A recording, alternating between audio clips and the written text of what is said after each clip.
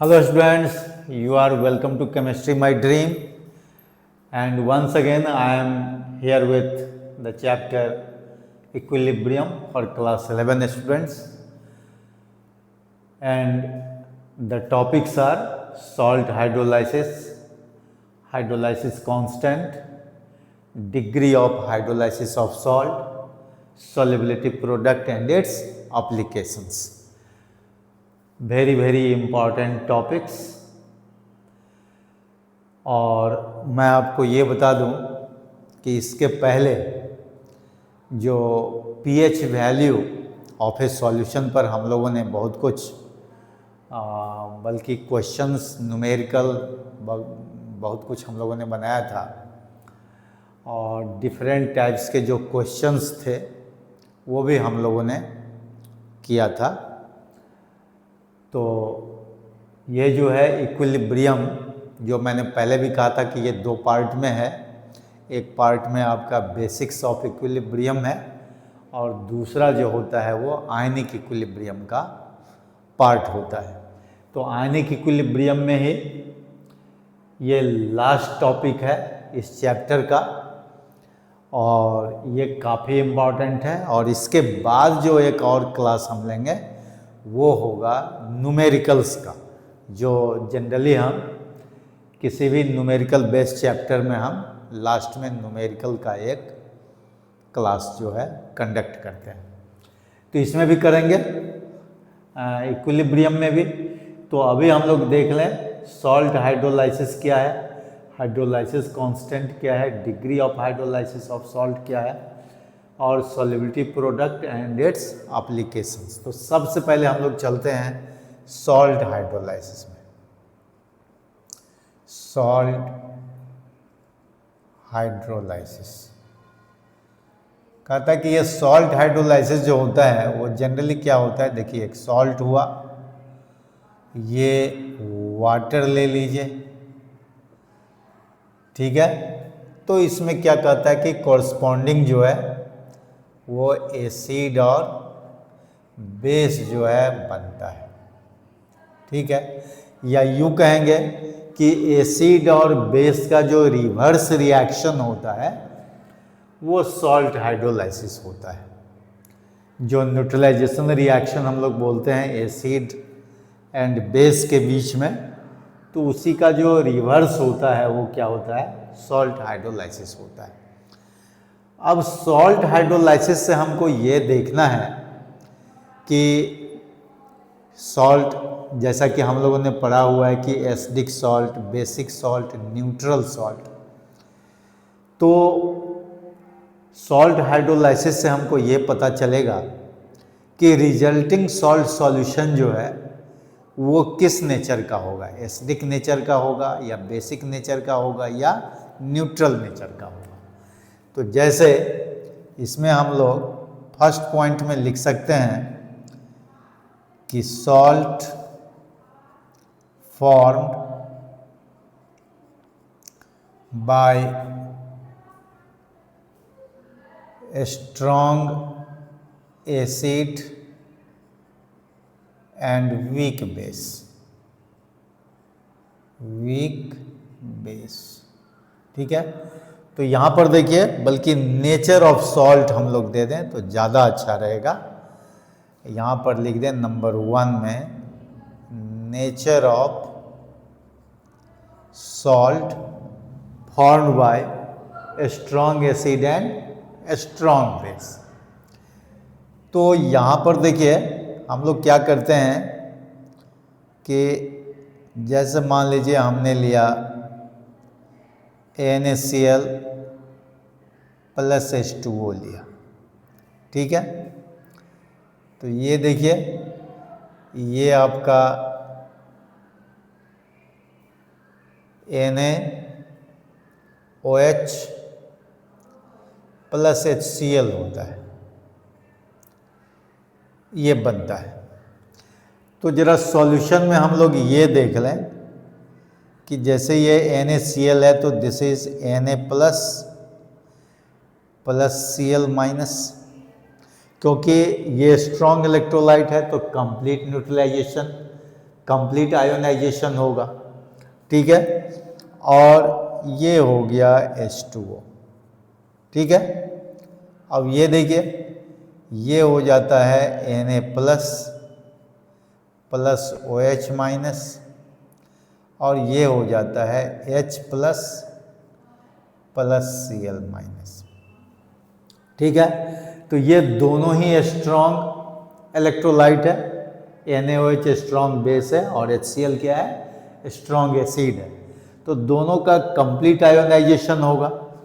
तो अगर complete ionisation होगा तो ये देखिए, ये Na प्लस और ये Na प्लस ये कैंसिल हो जाएगा, ये Cl माइनस इस Cl माइनस से कैंसिल हो जाएगा, क्योंकि ये जो है कंप्लीट आयोनाइजेशन से आया है। तो फाइनली क्या हुआ कि ये जो H2O न्यूट्रल मॉलिक्यूल जो बच रहा है, वो जितना OH माइनस सॉल्यूशन में है वो H प्लस से कंप्लीटली न्यूट्रलाइज होकर के न्यूट्रल वाटर मॉलिक्यूल दिया। It means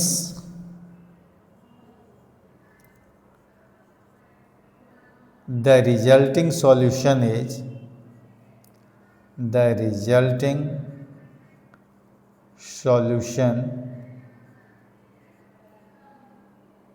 will be neutral in nature. क्या हो जाएगा, रिजल्टिंग सॉल्यूशन जो होगा वो न्यूट्रल होगा, क्योंकि सॉल्यूशन में न ही कोई एक्सेस H प्लस होगा और न ही कोई एक्सेस OH माइनस होगा।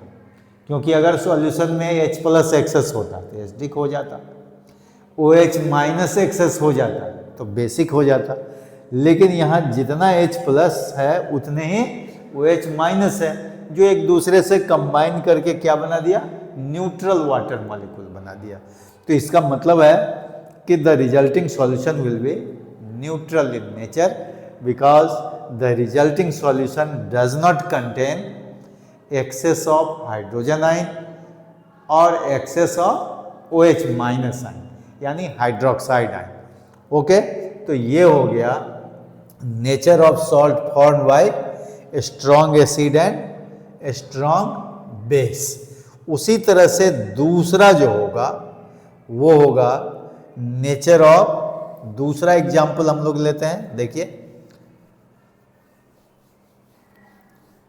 दूसरा एग्जाम्पल हम लोग लेते हैं, एग्जाम्पल नंबर 2 कर देते हैं यहाँ पर, कि nature of salt formed by strong acid, sorry ये जो है आपको लेना पड़ेगा, गलत हो गया, strong acid and strong base था ये, strong acid and strong base. पहला जो हम लोगों ने लिया strong acid and strong base के लिए, जिसका कि रिजल्टिंग सॉल्यूशन जो है वो क्या आया, न्यूट्रल आया। ठीक है, यहाँ भूल से वीक बेस लिखा गया था, इसको आप स्ट्रॉन्ग बेस कर लें। ठीक है, तो दूसरा जो होगा nature of salt formed by strong acid and, अब हम लोग वीक बेस कर लेते हैं, strong acid and weak base. ये सेकेंड जो है एग्जाम्पल हम लोग लेते हैं। अब इसमें हम लोग ये देखते हैं कि जैसे देखिए strong acid and weak base के लिए हम लोग कौन सा एग्जाम्पल लेते हैं, तो हम लोग लेते हैं अमोनियम नाइट्रेट ले लेते हैं। देखिए यहाँ पर NH4NO3, अमोनियम नाइट्रेट जो है वो वीक बेस और है ना, इसका अगर हाइड्रोलाइसिस हम लोग कर दें तो आपको मिल जाएगा अमोनियम हाइड्रोक्साइड जो वीक बेस है, और प्लस HNO3 जो स्ट्रॉन्ग एसिड है। तो हम लोग ये एग्जाम्पल ले सकते हैं। ठीक है, तो इस एग्जाम्पल में देखिए क्या है, हम लोग क्या करते हैं, अब इसको जो है हम लोग आयोनाइज कर दें। तो देखिए ये NH4NO3 ये स्ट्रॉन्ग इलेक्ट्रोलाइट है, तो ये हो गया NH4 plus plus NO3 minus plus H2O यहाँ दे दें, और इधर देख लें ये NH4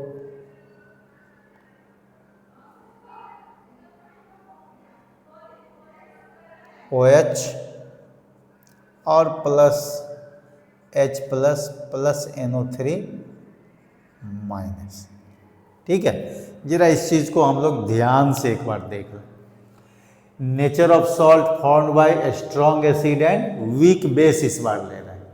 पहले हम लोगों ने लिया था nature of salt formed by strong acid and strong base, जहाँ भूल से हम लोग जो है वीक लिख दिए थे, जो बाद में हमने आपको करेक्ट कर दिया। ठीक है, जिसमें हमको रिजल्टिंग सॉल्यूशन क्या मिला था, न्यूट्रल मिला था। अब यहाँ देखिए ये हमने लिया हुआ है the salt formed by strong acid and weak base, तो ये हुआ HNO3 स्ट्रॉन्ग एसिड और NH4OH क्या है, वीक बेस है। अगर आपको कोई कन्फ्यूजन हो तो यहाँ मैं लिख देता हूँ फिर से। देखिए ये वीक बेस है और ये स्ट्रॉन्ग एसिड है, स्ट्रॉन्ग एसिड। ठीक है, तो अब जरा देखिए, तो ये तो जो भी सॉल्ट होता है वो स्ट्रॉन्ग इलेक्ट्रोलाइट होता है, तो उस सॉल्ट का आयोनाइजेशन देखिए हम यहाँ पर कर दिए, NH4 plus plus NO3 minus plus H2O, फिर NH4OH, चूँकि ये वीक बेस है इसका आयोनाइजेशन बहुत कम होता है, इसीलिए इसको ज्यों का त्यों रख दिए, और ये कम्प्लीटली आयोनाइज होता है तो इसीलिए ये H प्लस और NO3 माइनस हो गया। तो देखिए यहाँ पर NO3 माइनस और NO3 माइनस कैंसिल हो गया, तो बचा क्या, तो देखिए बचा आपका NH4 प्लस प्लस H2O, और इधर जो बचा वो है NH4OH प्लस H प्लस। इसका मतलब क्या होता है कि जब हमने हाइड्रोलाइसिस किया सॉल्ट का, तो रिजल्टिंग सॉल्यूशन में एक्सेस ऑफ H प्लस बच गया। कहने का मतलब H प्लस जो है उसका कुछ अमाउंट जो है रह गया, जो न्यूट्रलाइज नहीं हो पाया। तो चूंकि ये जो H प्लस आया, इसी से पता चलता है कि रिजल्टिंग सॉल्यूशन किस नेचर का होगा, एसिडिक नेचर का होगा। तो यहाँ पर हम लोग को लिख देना होगा कि since a resulting solution contains extra amount of H plus ion, therefore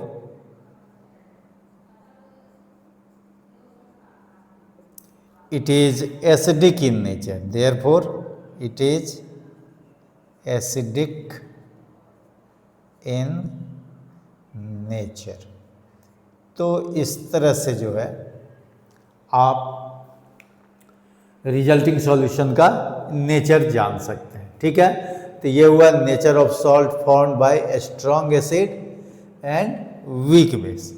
अब जो हमको थर्ड में लेना है, वो थर्ड वाला जो हमारा होगा वो होगा nature of salt formed by week acid and strong base. इसका जस्ट जो है रिवर्स हो जाएगा। देखिए यहाँ पर हम लोग लिख लेते हैं week acid and strong base कर देते हैं। ठीक है, और इसको मिटा देते हैं, तब जो है ये नेचर ऑफ सॉल्ट कंप्लीट होगा। Nature of salt formed by week acid and strong base. ठीक है, अब इसके लिए देखिए हमारे पास में है CH3 COONA, जिसको हम लोग सोडियम एसीटेट बोलते हैं। तो सोडियम एसीटेट का अगर हम लोग हाइड्रोलाइसिस करते हैं तो देखिए रिजल्टिंग सॉल्यूशन में कौन कौन एसिड और बेस होगा। तो देखिए वीक एसिड हो जाएगा CH3, COOH हो जाएगा, अब प्लस स्ट्रॉन्ग बेस जो है NaOH होगा। ठीक है, तो इसको हम लोग फिर से आयोनाइज कर दें। ये तो स्ट्रॉन्ग इलेक्ट्रोलाइट है, तो ये हो जाएगा CH3 COO minus plus Na plus और प्लस ये H2O हो जाएगा, और इधर जो है ये क्या हो जाएगा CH3 COOH। ये तो वीक एसिड है, ये फिबली आयोनाइज करेगा, इसलिए दिखाने की ज़रूरत नहीं। और जो स्ट्रॉन्ग इलेक्ट्रोलाइट है NaOH, इसका आयोनाइजेशन हो जाएगा Na plus plus OH minus हो जाएगा। ठीक है, तो अब देखिए यहाँ पर Na प्लस और यहाँ पर Na प्लस क्या हो जाएगा, कैंसिल हो जाएगा। तो फाइनली क्या हो गया CH3 COO minus plus H2O, और ये बन जाएगा CH3 COOH plus OH minus. अब इसके पहले वाले केस में H प्लस एक्सेस आ गया था, यहाँ पर जो है रिजल्टिंग सॉल्यूशन में OH माइनस जो है सरप्लस आ रहा है। इसका मतलब है कि रिजल्टिंग सॉल्यूशन किस नेचर का होगा, बेसिक नेचर का होगा। तो यहाँ फिर से वही चीज़ हम लोग लिखेंगे कि here resulting solution has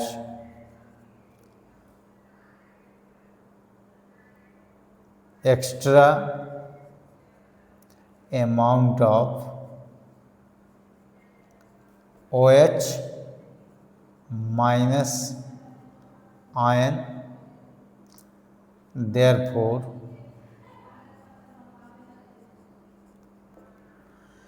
it is basic in nature, therefore it is basic in nature।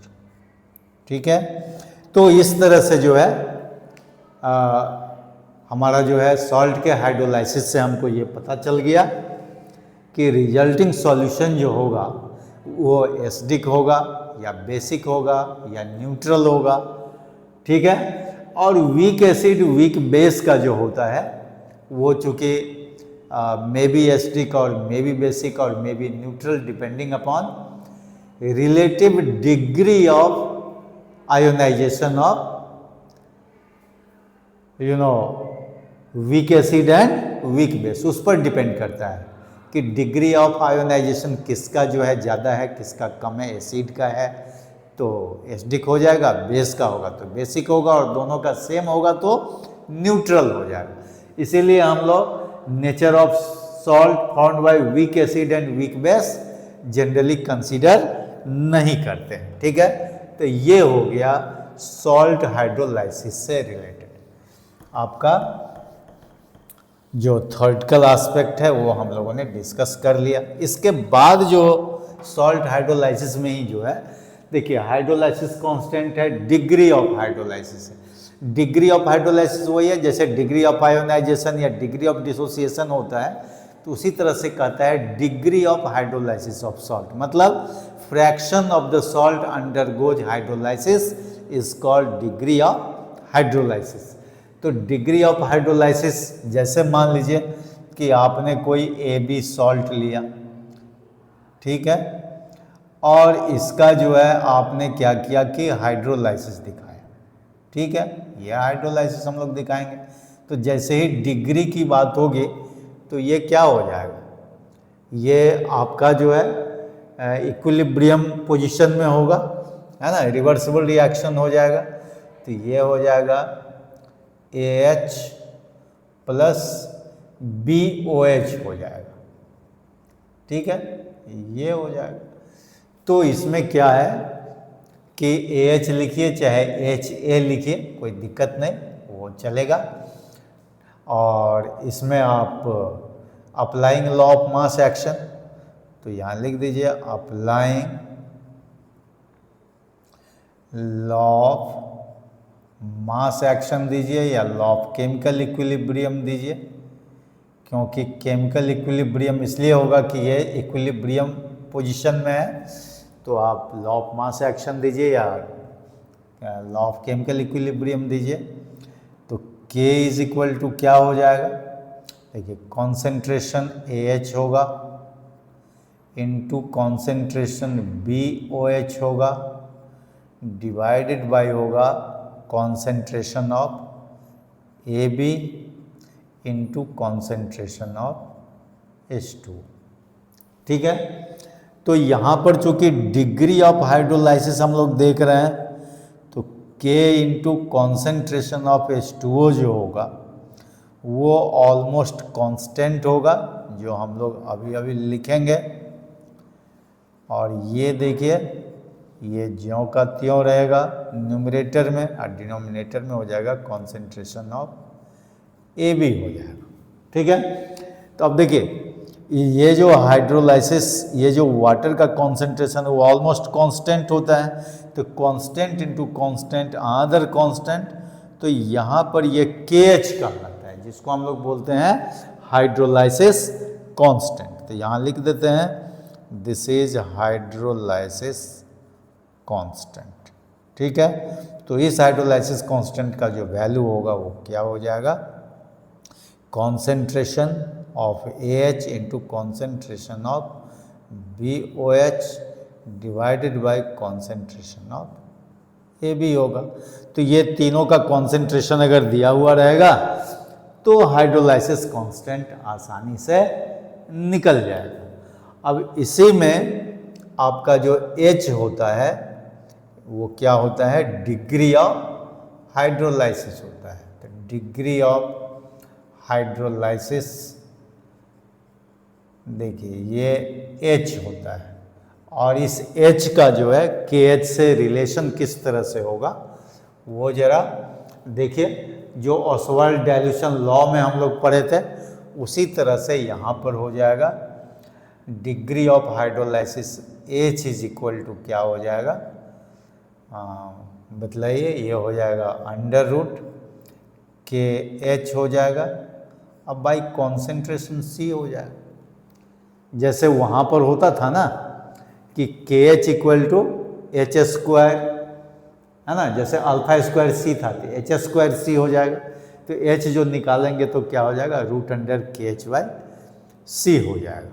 ठीक है, और इसको अगर आयनिक प्रोडक्ट ऑफ वाटर से अगर हम कोरिलेट कर दें कि if KW is ionic product of water,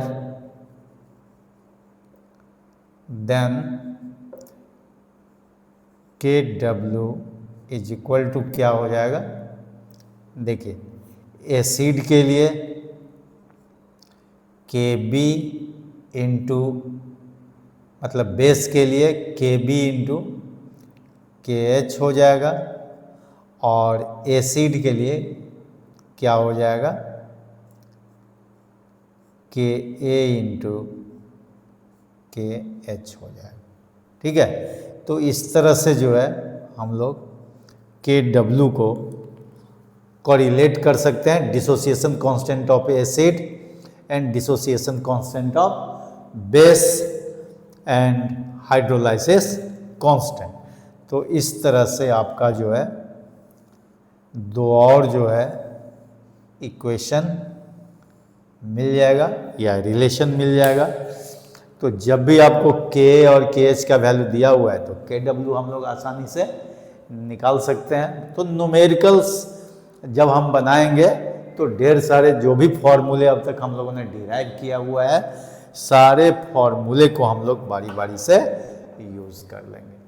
तो ये हो गया हमारा salt hydrolysis, hydrolysis constant, degree of hydrolysis of salt, and at the same time their relation with ionic product of water. Okay, now the last discussion is solubility product and its application. तो हम लोग solubility product की ओर कदम रखते हैं, ठीक है। तो चलिए solubility product में, तो देखिए solubility product क्या होता है, हम यहाँ पर पहले लिख लें solubility product। अब किसके लिए solubility product होता है, तो solubility product of sparingly soluble salt, sparingly soluble salt, ठीक है। तो ये sparingly soluble salt क्या होता है, जो सॉल्ट लेस डिजॉल्व करता है, जिसकी सॉल्युबिलिटी कम होती है वाटर में, तो उसको हम लोग बोलते हैं स्पैरिंगली सॉल्युबल सॉल्ट, और उसी के लिए हम लोगों को सॉल्युबिलिटी प्रोडक्ट पढ़ना होता है, ठीक है। तो डेफिनेशन के हिसाब से हम लोग बोल सकते हैं कि एट कांस्टेंट टेम्परेचर, अगर आप इसका डेफिनेशन लेना चाहें तो ले सकते हैं, लिखिए at constant temperature the solubility product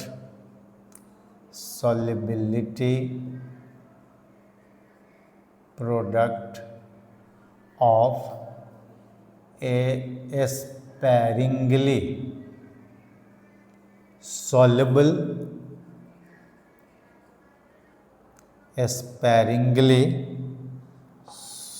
soluble salt is the product of molar concentration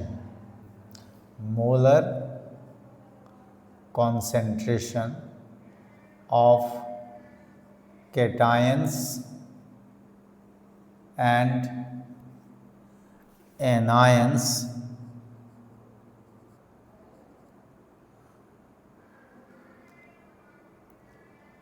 which are raised to the power equal to their numerical coefficient,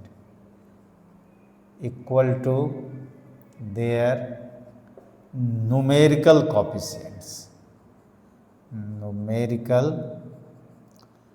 coefficients,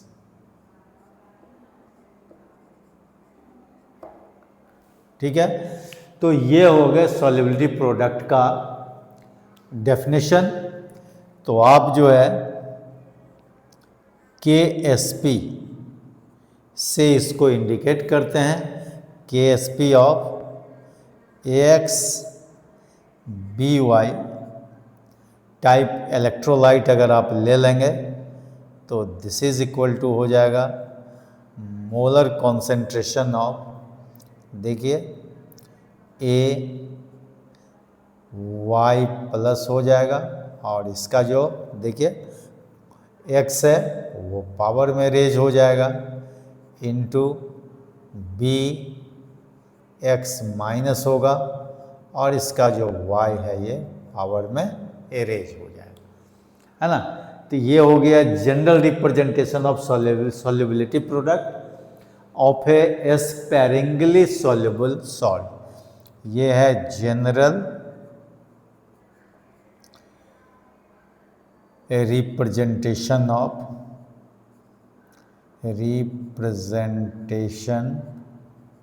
of salt, ठीक है। AX/BY जहाँ पर X कॉफिशिएंट है A का और Y B का, ठीक है। तो वो उसके पावर में रेज हो जाता है अकॉर्डिंग टू द डेफिनेशन, ठीक है। तो अब कहता है कि इस सॉल्युबिलिटी प्रोडक्ट का एप्लीकेशन का, ये तो डेफिनेशन हो गया। तो अगर आपसे पूछे कि what is solubility product of sparingly soluble salt, तो आप इसे सीधे लिख लीजिए, कोई दिक्कत नहीं, ठीक है। लेकिन इसका एप्लीकेशन जो होता है वो काफ़ी इम्पॉर्टेंट है। तो देखिए हमने लिखा है एंड इट्स एप्लीकेशंस। तो देखिए इसके एप्लीकेशंस हैं अलग अलग। देखिए पहला एप्लीकेशन जो है, फर्स्ट एप्लीकेशन जो इसका है ये देखिए, to determine solubility of a sparingly soluble salt, sparingly soluble salt कहता है कि solubility कैसे इसका हम लोग निकालेंगे, इसके लिए जो है KSP किस तरह से यहाँ पर यूटिलाइज्ड है वो देखेंगे। तो कहता है कि इफ, यहाँ पर आप लिख सकते हैं इसको कि if solubility of AX BY type salt BS, ठीक है, सॉल्युबिलिटी को अगर हम लोग S मान लेते हैं, then KSP is equal to होता है, देखिए क्या हो जाएगा, x to the power x into y to the power y into हो जाएगा solubility S whole to the power x plus y. देखिए यही इसका जो है जनरल फॉर्मूला होता है। तो अगर आपका KSP दिया हुआ है तो सॉल्युबिलिटी जो है निकल जाएगा। आप जैसे लीजिए कि सपोज कीजिए कि आपका जो है यहाँ लिखिए KSP ऑफ AB टाइप। अब AB टाइप के लिए क्या होगा, x का वैल्यू 1, y का वैल्यू 1 ले लेंगे, तो 1 का पावर 1 इंटू 1 का पावर 1, y के लिए भी 1 हो जाएगा, into s to the power 1 plus 1, that is equal to क्या हो जाएगा, s स्क्वायर हो जाएगा। तो अगर KSP AB टाइप का कोई इलेक्ट्रोलाइट है या सॉल्ट है ना, तो उसको हम लोग क्या कर लेंगे, सॉल्युबिलिटी से कोरिलेट कर देंगे, वो क्या हो जाएगा, सॉल्युबिलिटी के स्क्वायर के इक्वल हो जाएगा। तो वहाँ से हम लोग सॉल्युबिलिटी निकाल लेंगे, ठीक है। तो सॉल्युबिलिटी इक्वल टू हो जाएगा रूट अंडर KSP हो जाएगा। उसी तरह से अगर KSP ऑफ AB2 और A2B टाइप है, ध्यान दीजिए दोनों में से कोई भी टाइप होगा, तो इसके लिए देखिए अगर AB2 टाइप होगा तो क्या हो जाएगा, 1 का पावर 1 हो जाएगा, इंटू हो जाएगा 2 का पावर 2 हो जाएगा, और इंटू सॉल्युबिलिटी का पावर हो जाएगा 1 प्लस 2 हो जाएगा। ध्यान दीजिए, तो ये हो जाएगा आपका कितना हो जाएगा, 4SQ हो जाएगा, ठीक है। तो इस तरह से किसी भी टाइप के लिए अगर मान लीजिए हम KSP ऑफ A2B3 टाइप ले लें या चाहे A3B2 टाइप, तो एक ही चीज़ है, तो वो क्या हो जाएगा फिर 2 का पावर 2 हो जाएगा, इंटू 3 का पावर 3 हो जाएगा, और इंटू सॉल्युबिलिटी का पावर क्या हो जाएगा, 2 प्लस 3 हो जाएगा, दैट इज इक्वल टू कितना हो जाएगा, देखिए ये 108 हो जाएगा, S टू दी पावर 5 हो जाएगा। तो कहने का मतलब है कि इस फॉर्मूला को यूज करके हम लोग सॉल्युबिलिटी आसानी से निकाल सकते हैं, या अगर सॉल्युबिलिटी दिया हुआ है तो KSP का वैल्यू निकाल लेंगे, ठीक है। लेकिन यहां हमने लिखा हुआ है to determine the solubility of a sparingly soluble salt, है ना, इफ KSP इज गिवन। ठीक है, तो इस तरह से जो भी न्यूमेरिकल होगा इस पर वो हम लोग बनाएंगे। और दूसरा जो एप्लीकेशन है वो है to predict precipitation, to predict precipitation.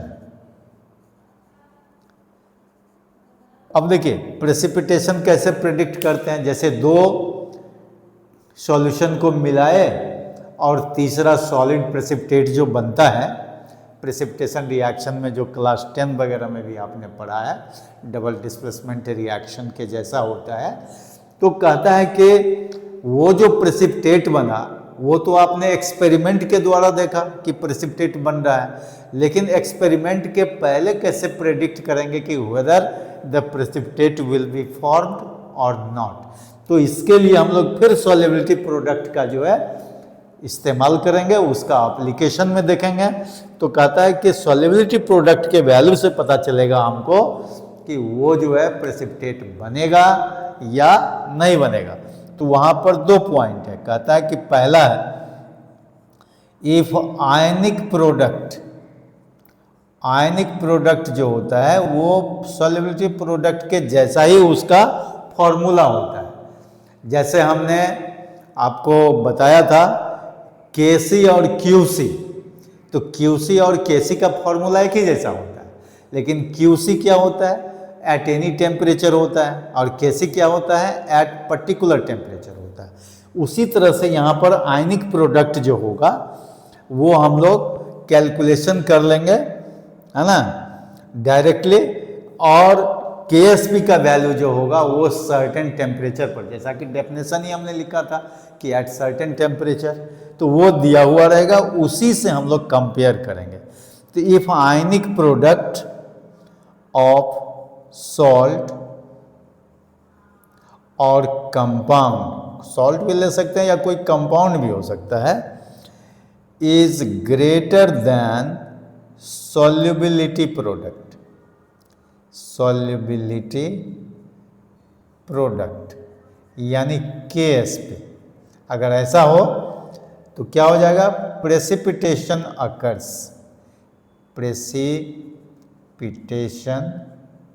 Occurs, तब प्रेसिपिटेशन होगा। लेकिन यही अगर लेस देन होगा, if ionic product of salt या compound is less than solubility product, तो प्रेसिपिटेशन क्या होगा, डज नॉट अकर। और उतना ही नहीं, लेस देन ही नहीं, अगर इक्वल टू भी होगा तब भी प्रेसिपिटेशन नहीं होगा। ठीक है, तो ये जो है एप्लीकेशंस ऑफ सॉल्युबिलिटी प्रोडक्ट है in terms of to determine solubility of a sparingly soluble salt or compound, and second one is how to predict precipitation when two solutions of salt or compounds are mixed together, है ना। तो उसके लिए जो है हम लोग एक आयनिक प्रोडक्ट का इस्तेमाल करते हैं। आयनिक प्रोडक्ट हम लोग फॉर्मूला से निकालेंगे, जैसे सॉल्युबिलिटी प्रोडक्ट का फॉर्मूला है, तो वहाँ से अगर आयनिक प्रोडक्ट का वैल्यू गिवन सॉल्युबिलिटी प्रोडक्ट के वैल्यू से अगर बड़ा होगा, ज़्यादा होगा, तो प्रेसिपिटेशन होगा, और अगर स्मॉलर होगा तो प्रेसिपिटेशन स्मॉलर ही नहीं बल्कि इक्वल टू भी होगा तो प्रेसिपिटेशन डज नॉट अकर। ठीक है, तो ये थ्योरेटिकली लगभग जो है सब कंप्लीट हम लोग कर लिए इक्विलिब्रियम 1 और इक्विलिब्रियम 2 का। अब जो कुछ बच गया है वो केवल और केवल न्यूमेरिकल्स है, जो काफ़ी इम्पॉर्टेंट होता है इस चैप्टर में, खास करके कंपटीशन पॉइंट ऑफ व्यू से इस चैप्टर का न्यूमेरिकल बहुत ही इम्पॉर्टेंट है। पीएच वैल्यू पर हो, चाहे सॉल्युबिलिटी प्रोडक्ट पर हो, या चाहे इक्विलिब्रियम कांस्टेंट पर हो, वो सब के सब जो है हम आपको इक्विलिब्रियम कांस्टेंट का न्यूमेरिकल तो मैंने इक्विलिब्रियम 1 में बता ही दिया है। तो ये आयनिक इक्विलिब्रियम में जो भी हम लोगों ने अब तक फॉर्मूला डिराइव किया है, उस फॉर्मूला पर हम लोग नेक्स्ट क्लास में न्यूमेरिकल करेंगे।